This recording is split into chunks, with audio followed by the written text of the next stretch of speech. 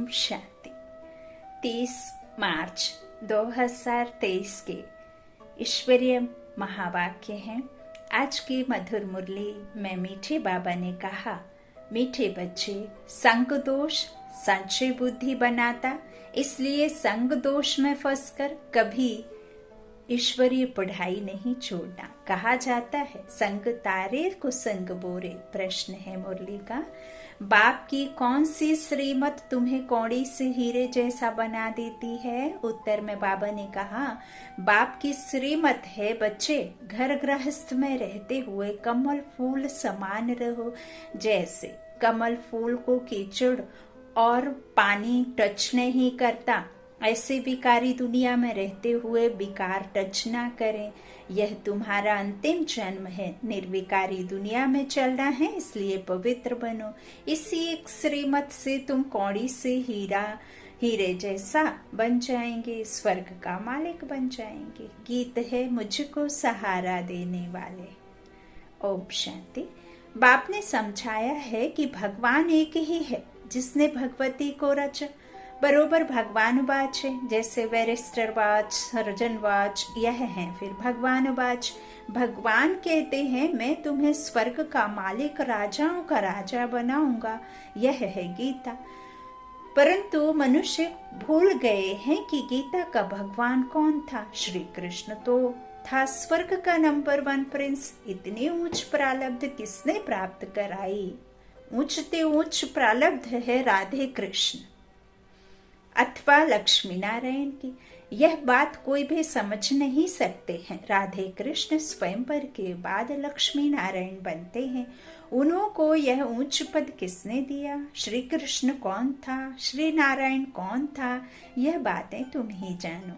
श्री कृष्ण को प्यार तो बहुत करते हैं, जयंती भी मनाते हैं, फिर जिससे श्री कृष्ण का स्वयंवर हुआ उनकी भी तो महिमा होगी। राधे कृष्ण को तो इकट्ठा ही दिखाते हैं। उन्हों को ऐसा किसने बनाया? रचयिता एक निराकार को ही कहा जाता है। साकार को कभी क्रिएटर नहीं कहा जाएगा और साकार को कभी क्रिएटर नहीं मानेंगे। इनकॉर्पोरियल गॉड फादर कहते हैं।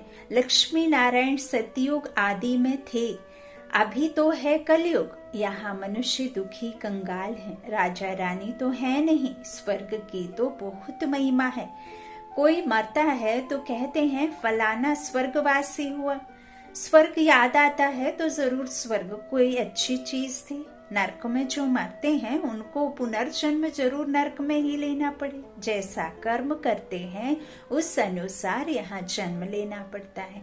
अब भगवान है निराकार ज्ञान का सागर, जिसको सभी मानते हैं। उनका यादगार मंदिर भी शिव का है। ब्रह्मा विष्णु शंकर का चित्र देंगे तो कहेंगे ये ब्रह्मा है, ये विष्णु है। भगवान ब्रह्मा भगवान विष्णु नहीं कहेंगे, ब्रह्मा विष्णु कहेंगे, लेकिन भगवान नहीं कहेंगे। भगवान एक निराकार को कहेंगे, वह शिव ही है। और शिव का अर्थ है कल्याणकारी। अभी तुम बच्चे जानते हो, हम फिर से लक्ष्मी नारायण भगवान भगवती बन रहे हैं। किस द्वारा? भगवान द्वारा। क्रिएटर बाप है, वह स्वर्ग का रचयिता है। जरूर उसने प्रारब्ध दी जो यह स्वर्ग का मालिक बने। चित्र तो तुम बच्चों के पास है, यह भी मनुष्य समझते हैं। लक्ष्मी नारायण सतयुग के मालिक थे। सिर्फ यह भूल गए हैं कि लक्ष्मी नारायण छोटेपन में राधे कृष्ण थे। सतयुग में महाराजा महारानी थे तो जरूर उन्हों का बचपन भी होगा। हाँ, अब जब कोई लौकिक परिवार में बच्चा जन्मता है तो उसे बच्चा ही कहेंगे, है ना। बच्ची जन्म लेगी तो दोनों को बच्चा बच्ची, बहन भाई कहेंगे। फिर वही बड़े होकर के स्कूल जाते हैं, पढ़ते हैं, कई टीचर बन जाते हैं तो टीचर कहना शुरू कर देते हैं। अब बच्चा जैसे ही आएगा तो उसे पिता की प्रॉपर्टी का हकदार तो बन जाता है, लेकिन वो पिता तो नहीं बन जाता ना। फिर जब वो बड़ा होता है, विवाह आदि होता है, उसके बाद में जब वो उसके घर में कोई बच्चा होता है तो वो बाप समान बाप बन जाता है। है ना, लेकिन बाप की जगह नहीं लेता। तो इसी तरह से छोटे जब श्री कृष्ण और राधे होते हैं तो वो प्रिंस प्रिंसेस कहलाते हैं, स्वयंवर के बाद महाराजा महारानी, है ना। तो बाबा कहते हैं इस तरह से जो चित्र तुम बच्चों के पास है ना, यह भी मनुष्य समझते हैं कि लक्ष्मी नारायण सतयुग के मालिक थे, सिर्फ भूल गए हैं। तो छोटेपन में वही लक्ष्मी नारायण राधे कृष्ण थे, सतयुग में महाराजा महारानी थे, है ना। तो जरूर उन्हों का बचपन भी होगा, उन्हों की यह प्रारब्ध जरूर स्वर्ग की रचयिता ने बनाई होगी। वह कब आया किसको भी यह पता नहीं। शिव का लिंग तो है, यह शिव का बड़ा रूप करके रखा है, वास्तव में कोई इतना बड़ा तो नहीं है ना। वह तो स्टार है, उनका कोई चित्र तो समझ ना सके, यह सिर्फ पूजा के लिए बड़ा चित्र बनाया है। तो यह देवी देवता धर्म किसने स्थापन किया, नाम चाहिए। क्रिश्चियन बौद्ध आदि सबको मालूम है कि हमारा धर्म फलाने ने स्थापन किया, उनका धर्म शास्त्र यह है। पहले पहले मुख्य बात ही यह है, इसलिए बाबा चित्र बनवाते हैं, समझाने के लिए ही बनवाते हैं। आगे वाले चित्रों में कोई लेखक थोड़े ही थी, यह तो समझाया है स्वर्ग का रचयिता है परम पिता परमात्मा, स्वर्ग में है सदा सुख। क्या इतने सब मनुष्य वहां होंगे? झाड़ पहले छोटा होता है फिर बढ़ता जाता है, स्वर्ग में बहुत थोड़े होंगे, नरक में बहुत हैं। स्वर्ग में सिर्फ देवी देवताओं की राजधानी थी, यह और कोई नहीं जानते। पूछना चाहिए यह सृष्टि का चक्र कैसे फिरता है। 5000 वर्ष पहले बरोबर यहाँ लक्ष्मी नारायण का राज्य था, उसको स्वर्ग कहा जाता था, वह पास्ट हो गया। नई दुनिया जो थी वह पुरानी नरक हो गई है। अच्छा फिर क्या होगा? फिर स्वर्ग आएगा। भक्त याद करेंगे स्वर्ग व मुक्ति धाम को। क्यों याद करते हैं? क्योंकि यहाँ दुखी है।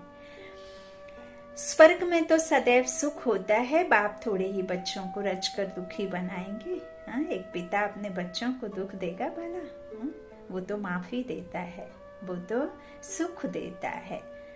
तो इस तरह बाप कहते हैं कि मैं बच्चों को रचकर दुखी बनाऊं, यह तो हो ही नहीं सकता, यह तो है ही नहीं। बाबा कहते हैं पिता की डायरी में, है ना, यह पिता के कर्म में यह लिखा है क्या? नहीं। तो तुम जानते हो सतयुग से त्रेता, द्वापर कलयुग होना है। सतयुग का अंत, त्रेता के आदि का संगम कोई कल्याणकारी नहीं है। त्रेता के शुरू में और सतयुग के अंत में फिर से ईश्वर आए, फिर से वो नई दुनिया को रचें, फिर द्वापर के शुरू में और त्रेता के अंत में आए, फिर बाबा अंतिम समय आकर के द्वापर की स्थापना करे। तो ये नहीं होता। बाबा कहते जब तक ये साइकिल पूरी नहीं हो जाती 5000 वर्ष की, जब तक 84 के चक्र में आत्माएं आ नहीं जाती हैं, पूरी परम धाम से नीचे जन्म मरण में नहीं आ जाती हैं, तब तक ये साइकिल पूरी होती नहीं है। फिर जाने की शुरुआत होती है। तो फिर मुक्ति, जीवन मुक्ति दाता मैं सिर्फ एक ही हूँ और मैं ही स्वर्ग को रचता हूँ। फिर पिछाड़ी में और आते हैं। तो बाबा कहते ऐसा नहीं है कि त्रेता के अंत द्वापर के युग के आदि का भी संगम हुआ, परंतु उसमें भी कलाएं कम होती हैं, है ना। तो बाबा कहते सतो प्रधान से सतो रजो तमो में गिरते हैं, तमो प्रधान बनना ही है, यह भी ड्रामा की नोंद है। तो इस समय सारी दुनिया दुखी है। इसको कहा जाता है आर्फन्स की दुनिया। कोई धनी धोड़ी नहीं, घर में माँ बाप नहीं होते तो सभी आपस में लड़ने लग पड़ते हैं, संस्कार भी नहीं सीखते। कहते नहीं इनका तो कोई है ही नहीं है माता पिता, इसीलिए देखो कैसे सीख लिया है, कुछ भी नहीं जानते, धड़े धोड़ी नहीं है ना, इसीलिए। तो बाबा कहते हैं तो कहा जाता है तुम तो निधन के हो, वह है ही हद की बात। अभी यह है बेहद की बात। सारी दुनिया का कोई धनी धोनी नहीं है। मनुष्य मनुष्य में लड़ते हैं, जानवर भी लड़ते हैं, कोई धनी धोड़ी नहीं है। धनी है बाप रचयिता, उनके आने से ही सब बच्चे धन के बन जाते हैं। बाप बच्चों को शांति धाम और सुख धाम ले जाते हैं। पहले सतो प्रधान, फिर सतो रजो तमो। हर एक चीज ऐसे ही होती है। छोटे बच्चे भी सतो प्रधान हैं, इसलिए प्रिय लगते हैं। वही बच्चे अगर शिक्षा नहीं मिलती है उन वही बच्चों को, तो क्या होता है, तो माँ बाप को तंग करने लग पड़ते हैं। तंग तो होते हैं ना, लड़ते झगड़ते बीमार हो पड़ते हैं। कोई को नुकसान पड़ता है तो यह भी दुख होता है ना। सतयुग में कोई भी दुखी नहीं होता, वह है ही सुख धाम। बाप बच्चों के लिए स्वर्ग रचते हैं, वहां सदैव सुख है। तुम जानते हो यह बेहद की दुनिया नई थी, अब पुरानी है। दिल्ली पुरानी और नई है ना, पुरानी अलग है, नई अलग है। नई दिल्ली कितनी अच्छी देखने में आती है, ऐसे नहीं कि पुराने को कोई उड़ा देंगे फिर रहेंगे कहाँ। यहाँ नई पुरानी दोनों हैं, फिर यह पुरानी टूट करके नई बनेगी, जिसको ही स्वर्ग कहा जाता है। दिल्ली को ही परिस्तान कहते हैं, इस समय है कब्रिस्तान। सतयुग में लक्ष्मी नारायण का राज्य था, दिल्ली परिस्तान थी, स्वर्ग थी। अब नर्क है। बाप खुद स्वर्ग का मालिक नहीं बनते हैं, बच्चों को बनाते हैं। तुम कहते हो बाबा हमको फिर से स्वर्ग का मालिक बना रहे, इतने सब निश्चय बुद्धि है तो देखकर निश्चय बुद्धि बनना चाहिए। कोई लंदन देखकर आवे और वर्णन करे तो ऐसे थोड़े ही कहेंगे, जब हम जब देखें तब माने हैं, ऐसे कहते हैं क्या? तो यहाँ तो इतने सब कहते हैं, हमको भगवान पढ़ाते हैं, तो झूठ तो नहीं बोल सकते। परंतु भाग्य में नहीं होगा तो बुद्धि में बैठेगा नहीं। बाप कहते हैं इसमें छोड़ना कुछ भी नहीं है, यह है अंतिम जन्म। गृहस्थ व्यवहार में रहते कमल फूल समान पवित्र रहना है, यह है मृत्यु लोक, वह है अमर लोक। गाया जाता है संपूर्ण निर्विकारी दुनिया, वहां विकार होता नहीं तो मानना चाहिए ना। बरोबर देवताओं की महिमा भी करते हैं, सर्व गुण संपन्न, वह था ही वॉइसलेस वर्ल्ड। अच्छा, बच्चे तो पैदा होते होंगे, जरूर कोई युक्ति होगी। विकार से नहीं होते हैं, वहां यह पॉइजन होता नहीं विकार वाला। यहाँ है संपूर्ण विकारी, वहां है संपूर्ण पावन। यथा राजा रानी तथा प्रजा, इसमें तुमको संशय क्यों पड़ता है? वहां की तो रस्म रिवाज होगी, उसी अनुसार बच्चे पैदा होंगे, वहां विकार होता नहीं। यह नेचर इस मृत्यु लोक का है, वहां तो कोई दुख देते नहीं। जानवर भी एक दो को दुख नहीं देते, वह भी ऐसे ही पैदा होंगे। अब तुमको चाहिए क्या? शांति चाहिए तो अपने को आत्मा समझ बाप को याद करो, तो मेरे पास चले आएंगे। जो स्वर्ग में आने वाले होंगे वह कहेंगे हम तो ज्ञान जरूर लेंगे, सुख जरूर लेंगे, बाप से स्वर्ग का वर्षा लेना है। तुम जानते हो हम बेहद के बाप से बेहद का वर्षा ले रहे हैं, बाप की श्रीमत पर चल रहे हैं। चलते चलते फिर कहाँ उल्टा सुल्टा तूफान आता है तो निश्चय टूट पड़ता है, माया से हार खा लेते हैं। बाप कहते हैं कल्प पहले भी ऐसे वर्षा लेते लेते हार खा ली थी, विकार में फंस गया था। गाया भी हुआ है संग तारे को संग बोरे, यह है सत्य का संग। उनकी श्रीमत पर चलने से हम नई दुनिया में आ जाएंगे। निश्चय में संशय आ जाता है तो वर्षा मिल ना सके, ऐसे बहुतों को निश्चय होते होते फिर संशय बुद्धि हो जाते हैं। तुम माता पिता कहते हो फिर उनको छोड़ देते हो, यह भी ड्रामा में नूंद है। शिव बाबा के बने फिर ऐसे बाप को फारकती देवंती हो जाते। तुम्हें ईश्वर का बनना है या रावण का? लड़ाई है ना। कोई तो माया पर जीत प्राप्त कर समझते हैं बाबा से वर्षा जरूर लेना है, श्रीमत पर चलते रहते हैं। एल्बम भी तुम्हारे पास है। जिन सभी बच्चों ने प्रतिज्ञा की है कि हमको गृहस्थ व्यवहार में रहते कमल फूल समान पवित्र रहना है, कमल फूल को पानी टच नहीं करता है। तुमको विकारी दुनिया में रहते हुए विकार में नहीं जाना है, यह है तुम्हारा अंतिम जन्म। अपने को निर्विकारी बनाने से तुम निर्विकारी दुनिया में चले जाएंगे। बाबा कहते हैं पवित्र बनना तो बहुत अच्छा है। बाप कहते हैं कि मेरे द्वारा तुम पवित्र बनेंगे तो स्वर्ग पवित्र दुनिया का मालिक बनेंगे। पतित दुनिया अविनाश होनी है, कितना सहज समझाते हैं। ब्रह्मा द्वारा स्वर्ग की स्थापना सो तो हो रही है, बाकी सब हिसाब किताब चुकतो कर मुक्ति धाम चले जाएंगे।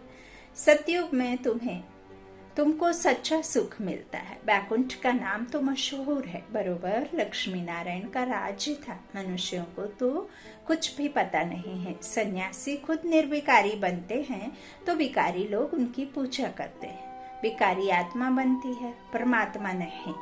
वह समझते हैं हम निर्विकारी बन परमात्मा बन जाते हैं। तो भी दो चीज तो है ना, आत्मा और परमात्मा।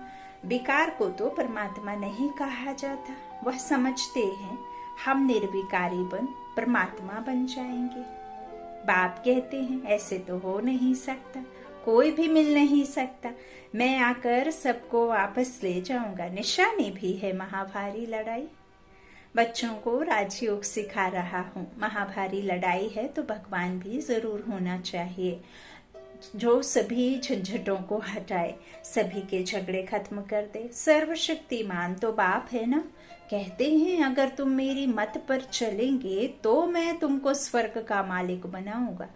कल्प कल्प तुम मेरी श्रीमत से ऐसे श्रेष्ठ बनते आए हो। आधा कल्प बाद जब मेरी मत पूरी हो, आसुरी मत शुरू होती है, तो तुम कंगाल कौड़ी जैसे बन पड़ते हो। अब फिर तुमको कौड़ी से हीरे जैसा बनाता हूँ। तो श्रीमत पर चलना चाहिए ना। बाबा कितना सहज समझाते हैं। अच्छा, मीठी मीठी सीखी लादे बच्चों प्रति माता पिता बाप दादा का याद प्यार और गुड मॉर्निंग। रूहानी बाप की रूहानी बच्चों को नमस्ते। हम रूहानी बच्चों की रूहानी माता पिता बाप दादा को याद प्यार और गुड मॉर्निंग। धारणा के लिए मुख्य सार। पहला, बाबा ने कहा किसी भी तूफान के कारण निश्चय में कमी ना आए, इसके लिए संग दोष से अपनी संभाल करनी है। श्रीमत पर पूरा पूरा चलना है।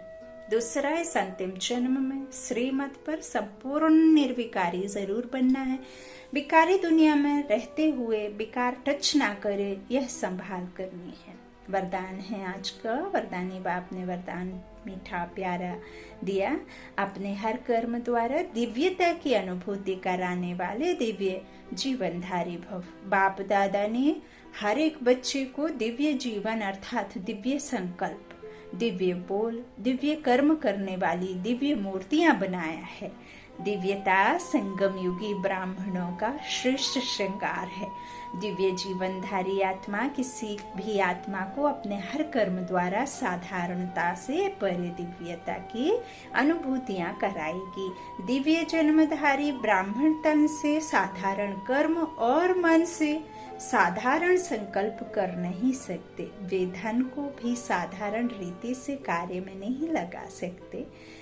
स्लोगन है, दिल से सदा यही गाते रहो कि पाना था सो पा लिया तो चेहरा खुशनुमा रहेगा। दिल से सदा यही गाते रहो कि पाना था सो पा लिया तो चेहरा खुशनुमा रहेगा। अच्छा, ओम शांति। शुक्रिया बाप दादा, शुक्रिया आप सभी भाई बहनों के स्नेह का, प्यार का। बाबा सदा आप सभी भाई बहनों को, सभी मनुष्य आत्माओं को, इस विश्व की आत्माओं को सदा साथी बनकर साथ देने आया है। बस उस ईश्वर को याद से, प्यार से और अपने सच्ची आत्मा से उसे अपना बना लो तो आप कभी हार नहीं खाएंगे। विजयी रत्न आत्माएं है ना, मस्तक मणि चमकते हुए सितारे आत्माएं हैं। अच्छा, ओम शांति।